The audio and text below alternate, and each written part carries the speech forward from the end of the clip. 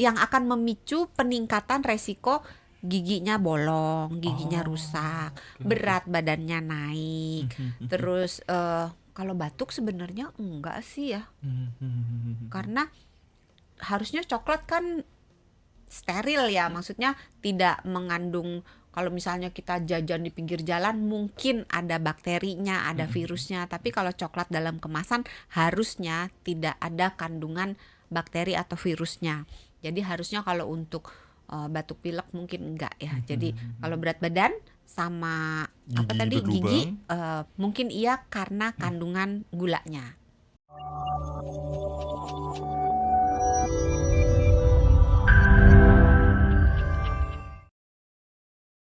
Bener gak sih Dokter Santi? Benar? Belum. Oh belum. Bener. Benar. Belum. Oke. Dokter Santi, banyak yang mengait-ngaitkan coklat dengan afrodisiak. Ada yang bilang ada kaitannya. Ada yang bilang, enggak apaan sih?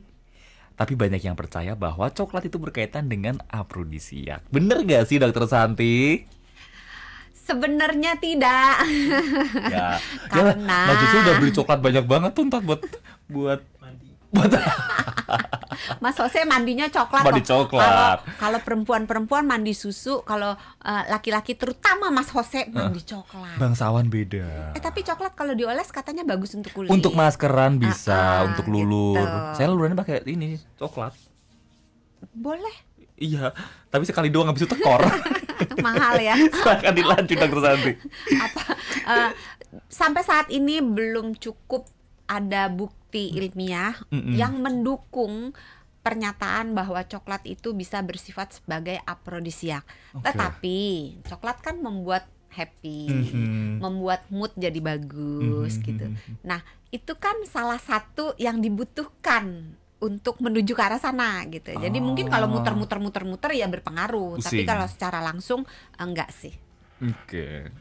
Jadi memang sebetulnya Mas iya. Jose kecewa. Mas Jose kecewa udah beli Langsung coklat banyak geleng-geleng gitu dia. lagi ya. Kenapa hidup ini seperti ini? Berarti antara iya dan enggak sebetulnya ini masih membutuhkan riset lebih dalam lagi. Cuma sampai saat ini belum ada riset yang Betul. membuktikan bahwa itu berkaitan gitu ya. betul. Tapi karena tadi seperti yang Dokter Santi bilang, kandungan coklat itu ada kandungan yang bikin happy, yang bisa meningkatkan endorfin. Makanya dengan perasaan happy itu bisa mengarah ke sana. Betul. Itu. Semoga Apalagi kalau coklatnya diiringi dengan bunga deposito. Bunga bank, waduh, cukup bunga apa lagi? cukup saya Mas Jose langsung geleng-geleng. Kami ini langsung pusing Dokter Santi. Langsung sakit kepala. Udah ya. 7 keliling. Menurutku Mas Josi daripada habis ini beli coklat mending ke bank. Beli bunga. Beli bunga. Lanjut, yang kedua banyak yang mengaitkan katanya coklat berkaitan dengan bisa meningkatkan berat badan, coklat bisa bikin gigi rusak, coklat bisa bikin jerawatan, coklat bisa bikin batuk-batuk. Mitos itu satu, jangan diborong. Tapi di briefing tadi jawabannya sama soalnya. Oh iya. Curang nih Mas Arya curang. Oke, kalau itu tiga dulu yang dampaknya adalah kayaknya dampaknya satu, berkaitan dengan gigi rusak, Gigi rusak, berat badan naik, batuk-batuk. Perasaan tadi nyebutnya jerawat deh. Itu beda lagi nanti. Ya udah. Oh ya udah. Yang mana nih Yang jadinya? batuk-batuk juga. Batuk-batuk ya. Mitos atau fakta? Sebetulnya antara mitos dan fakta. Oke. Mitos kalau coklat murni, coklatnya aja itu tidak merusak gigi, tidak menyebabkan peningkatan berat badan. Satu lagi apa? Batuk-batuk gitu. Tetapi seperti yang di segmen 2 tadi, kan coklat itu dibagi jadi dark coklat, coklat susu dan coklat putih. Nah, kandungan gula yang ada di dalam berbagai coklat itu yang akan memicu peningkatan resiko giginya bolong, giginya rusak, berat badannya naik. Terus kalau batuk sebenarnya enggak sih ya. Karena harusnya coklat kan steril ya, maksudnya tidak mengandung. Kalau misalnya kita jajan di pinggir jalan mungkin ada bakterinya, ada virusnya, tapi kalau coklat dalam kemasan harusnya tidak ada kandungan bakteri atau virusnya. Jadi harusnya kalau untuk batuk pilek mungkin enggak ya. Jadi kalau berat badan sama apa Gigi tadi berlubang. gigi mungkin iya karena kandungan gulanya. Mantep kan? Mantap. Yang berikutnya saya tadi tuh sempat habis baca. Tadi saya sempat habis baca. Saya sempat baca tadi. Mm-mm. Bener nggak coklat itu bisa bikin seseorang, terutama anak-anak, jadi hiperaktif? Enggak sih. Ada yang bilang karena Jadi kebanyakan. happy iya. Jadi happy iya. Iya, tapi kalau jadi hiperaktif enggak. Cuma Oke. mungkin karena dia happy jadi kelihatannya hiperaktif Oke. gitu. Sebetulnya berarti pada intinya coklat itu karena bikin kita happy. Hal-hal yang terkait, karena ada yang bilang, sugar rush nih kayaknya. Kayaknya dia karena kebanyakan makan coklat, itu sebetulnya karena efek dari hormon endorfinnya dengan tingkat yang positif tadi membuat seseorang itu jadi kelihatan lebih positif juga. Tapi secara keseluruhan kan tidak baik mengkonsumsi gula Lagi-lagi. berlebihan, terutama pada anak-anak kan. Ya. Jadi bukan berarti nggak boleh, tapi konsumsinya dibatasi, jangan di-loss gitu.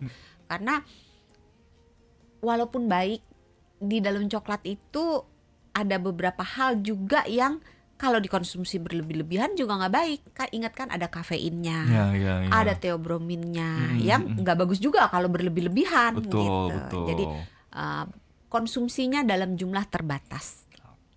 Apakah coklat bikin jerawatan, Dokter Santi? Enggak, mitos. Itu Coklat mitos. itu tidak membuat jerawatan. Kembali lagi, kalau gulanya banyak, jadi milihnya misalnya coklat yang banyak gulanya, karena beda merek, beda jenis, kandungan gulanya beda-beda. Ya, jadi tiap kali kita beli, lihat Yang di belakang. komposisinya, iya, karena kandungan gulanya berbeda-beda. Nah, kandungan gula yang berlebih-lebihan bisa memicu kemungkinan timbulnya jerawat gitu. Terus hati-hati juga ketika membaca kandungan gula di dalam kemasan, karena seringkali pabrik produsen makanan itu mencantumkan jumlah yang tidak dalam satu paket gitu loh. Jadi gimana? Satu kemasan. Jadi misalnya coklat itu kan ada yang misalnya 60 gram, 90 gram gitu. Tapi kandungan gizinya itu biasanya dicantumkan dalam berat yang 30 gram. Kebayang nggak? Jadi ketika kita konsumsi misalnya satu batang coklat nih, satu kemasan coklat, itu satu kemasan coklat itu beratnya 60 gram. Terus kita baca, kandungan gulanya misalnya 14 gram dalam 30 gram. Berarti 14 gram itu hanya separuh kemasan kalau berat satu kemasan itu 60 gram. Kebayang nggak? Nah, kalau kemasannya itu 90 gram, berarti si 14 gram dalam 30 gram itu harus dikali 3 kalau kita makan satu kemasan. Jadi hati-hati, kadang-kadang suka jackpotnya di situ. Kita lihat, gulanya dikit Kecil nih. kok. Gulanya cuma 14 gitu kan. Terus makanlah satu kemasan. Dia nggak tahu bahwa satu kemasan itu mungkin bisa 2 kali lipat atau 3 kali lipat dari kandungan itu, karena itu adalah kandungan dalam 30 gram. Dan 30 gram ini beda-beda ya. Ada yang mencantumkan 20 gram, ada yang mencantumkan 30 gram. Jadi baca hati-hati. Satu kemasan sajinya itu, satu takaran sajinya itu berapa gram, dan satu kemasan berapa gram. Oke.